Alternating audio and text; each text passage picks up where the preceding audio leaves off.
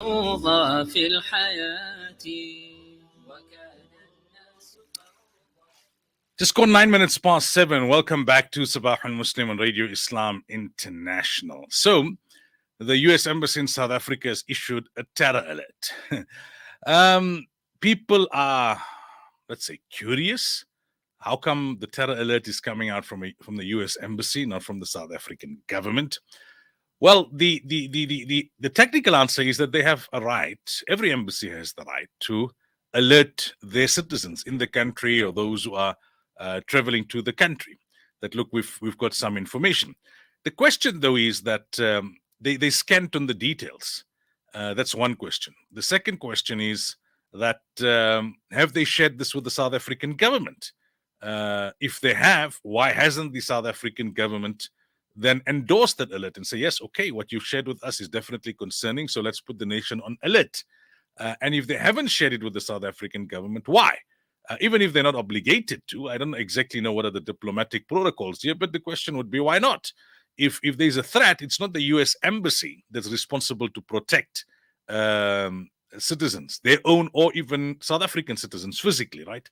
It's law enforcement in South Africa. So one would assume that it would make sense that share that information that has come to your notice with the law enforcement authorities, share it with the South African government so something can be done. The third thing that we worried about, there's always the possibility that there could be an attack and that this information could be credible. But then we've also seen in the past these kind of terror attack alerts and these kind of some would call it in some of the instances in the past, not necessarily with regards to the U.S. Embassy, but others who have come to the fore, that it was fear mongering and it was meant to implicate Islam and Muslims. I hope that's not the situation here. We can't say because they haven't indicated towards any one particular group or given any specifics.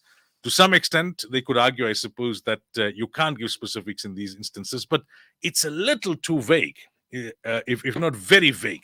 But it is what it is. Some people will err on the side and caution and say, okay, we're just going to stay away from Sandton over the weekend. Others would say, well, now that it's come to the fore, even if there was a group planning attack, they know very well that people are alert. But that doesn't mean that they can't follow through on it.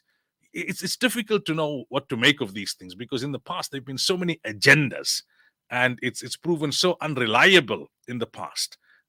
So it's been handled, and I'm not talking about an embassy in particular in the past, but different analysts and security analysts and people coming to the fore and saying this group is going to plan an attack on the World Cup and that group is going to do this and do that, and it gets everybody kind of hot and bothered, only to turn out that it was not credible. One is that, okay, you had credible information, there was a likelihood it didn't happen, you say alhamdulillah, thank God. But the other is it was not credible to start off with. So that's why you would find South Africans skeptical in this regard. Now, the other thing that I wanted to discuss is the question that we have for this morning, and that question is with regards cheating in exams. A little later I will tell you about different initiatives which are somewhat innovative, where they try to get students not to teach, but not to cheat rather, and to make it fun at the same time.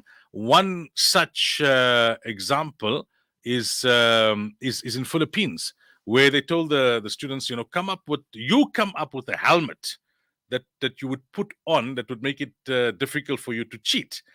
So some students, used recycled egg cartons. I can just imagine the sight in the exam room, recycled egg cartons and sitting with those kind of helmets. But I think that they were trying to be innovative and they were trying to make the kids part of the process of eradicating cheating. Now that we are on the doorstep of exams here in South Africa, the question we are asking, how do we motivate our students not to cheat? What's a constructive way of doing it?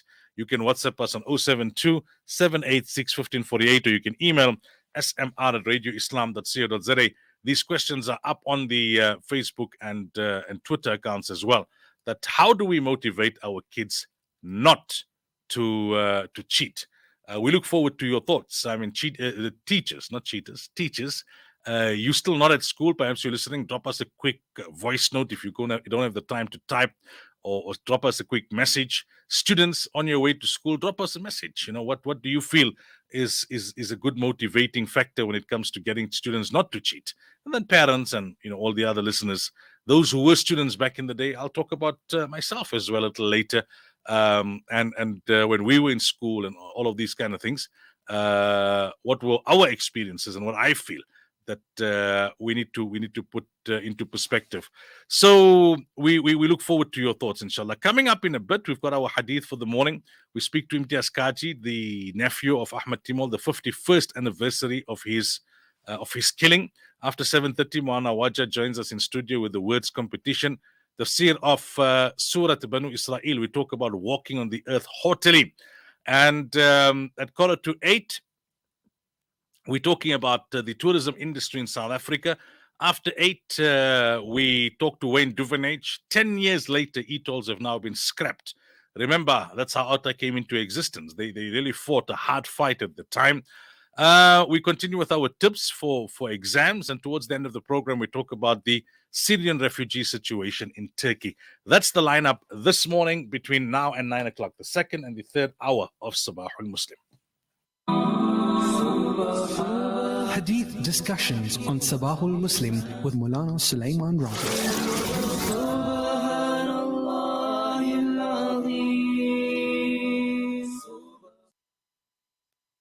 وليد بن عمرو الخزاعي رضي الله عنه قال النبي صلى الله عليه وسلم اللهم إني أحرج حق الضعيفين اليتيم والمرأة.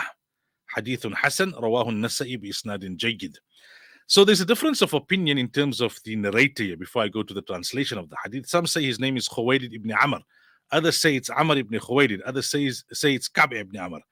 He accepted Islam before the conquest of Makkah, before Fath Makkah. He held the flag of the tribe of Banu Ka'b ibn Khuza'ah on the day of the conquest of Makkah al-Mukarramah, and he has narrated 20 hadith and passed away in Medina Munawwara in the 68th year after Hijrah. So he mentions that Nabi Sallallahu Alaihi Wasallam said and made dua that, "Oh Allah, I consider it a serious offense when the rights of two weak people are not fulfilled. One orphans and the other women." So Nabi Sallallahu Alaihi Wasallam was making dua for orphans and women that their rights be protected, and making dua against those who violate the rights of women and orphans. So it continues with the theme that we have been discussing in this chapter, and that is the emphasis that Islam puts on the rights of those who are vulnerable. In this case, women and orphans. Women are physically weaker, and men sometimes or many times tend to take advantage. Orphans are vulnerable. They have no one who genuinely cares for them. So their rights then are generally overlooked. So they are weaker compared to others, and therefore they need to rely more on Allah Tabaraka wa Ta'ala. Nabi Sallallahu Alaihi Wasallam was therefore making dua in their regard.